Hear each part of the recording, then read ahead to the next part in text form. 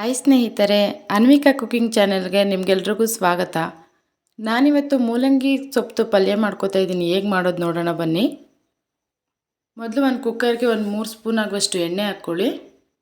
ಎಣ್ಣೆ ಕಾದ್ಮೇಲೆ ಸ್ವಲ್ಪ ಸಾಸಿವೆ ಹಾಕ್ಕೊಳ್ಳಿ. ಸಾಸಿವೆ ಸಿಡಿದ್ಮೇಲೆ ಕಡಲೆಬೇಳೆ ಹಾಕ್ಕೊಳ್ಳಿ. ಕಡಲೆಬೇಳೆ ಸ್ವಲ್ಪ ಬ್ರೌನ್ ಕಲರ್ ಬಂದಮೇಲೆ ಒಣಮೆಣ್ಸಿನ್ಕಾಯಿ ಹಾಕ್ಕೊಳ್ಳಿ.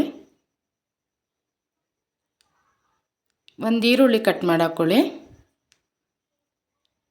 ಈರುಳ್ಳಿ ಸ್ವಲ್ಪ ಬ್ರೌನ್ ಕಲರ್ ಬರೋವರೆಗೂ ಫ್ರೈ ಮಾಡ್ಕೊಳ್ಳಿ.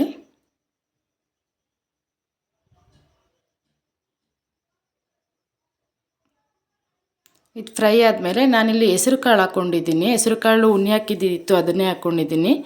ನೀವು ಬೇಕಾದ್ರೆ ಸ್ವಲ್ಪ ಬೇಳೆ ಬೇಯಿಸಿ ಹಾಕ್ಕೋಬೋದು, ಇಲ್ಲಾಂದರೆ ತರಗುಣಿ ಕಾಳು ಬೇಕಾದರೂ ಹಾಕ್ಕೊಬೋದು. ನಾನು ಹೆಸರು ಕಾಳು ಇತ್ತು, ಅದಕ್ಕೆ ಹೆಸರು ಕಾಳು ಹಾಕ್ಕೊಂಡಿದ್ದೀನಿ. ಸ್ವಲ್ಪ ಮಿಕ್ಸ್ ಆದಮೇಲೆ ನಿಮ್ಗೆ ರುಚಿಗೆ ಎಷ್ಟು ಬೇಕೋ ಅಷ್ಟು ಉಪ್ಪು ಹಾಕ್ಕೊಳ್ಳಿ. ಉಪ್ಪು ಹಾಕಿ ಚೆನ್ನಾಗಿ ಫ್ರೈ ಮಾಡ್ಕೊಳ್ಳಿ. ಇದು ಫ್ರೈ ಆದಮೇಲೆ ನಾನು ಮೂಲಂಗಿ ಸೊಪ್ಪನ್ನ ಸಣ್ಣದಾಗಿ ಕಟ್ ಮಾಡಿ ಇಟ್ಕೊಂಡಿದ್ದೆ, ಸೊಪ್ಪು ಹಾಕ್ತಾಯಿದ್ದೀನಿ.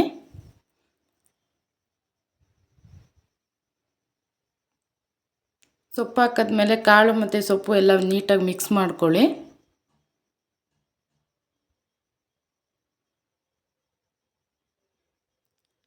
ಇದು ನೀಟಾಗಿ ಮಿಕ್ಸ್ ಆದಮೇಲೆ ಇದಕ್ಕೆ ನೀರು ಹಾಕೋ ಅವಶ್ಯಕತೆ ಇರಲ್ಲ. ಸೊಪ್ಪೆ ನೀರು ಬಿಟ್ಕೊಳ್ಳೋದ್ರಿಂದ ಇದು ನೀವು ಹಾಗೇ ಬೇಯಿಸ್ಕೊಬೋದು, ನೀಟಾಗಿ ಬೇಯುತ್ತೆ. ನೋಡಿ, ಆಗಲೇ ಸೊಪ್ಪು ನೀರು ಬಿಟ್ಕೊತಾ ಇದೆ.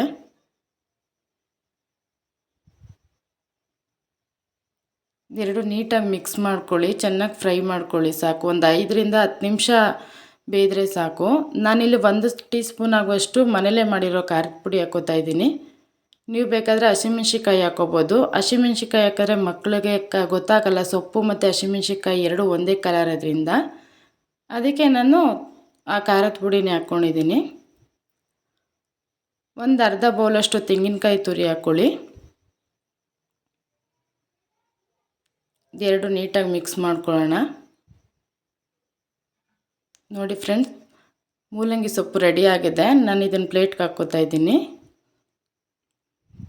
ಇದನ್ನು ನೀವು ಮನೇಲಿ ಮಾಡಿ ಹೇಗಿದೆ ಅಂತ ಕಮೆಂಟ್ ಮಾಡಿ.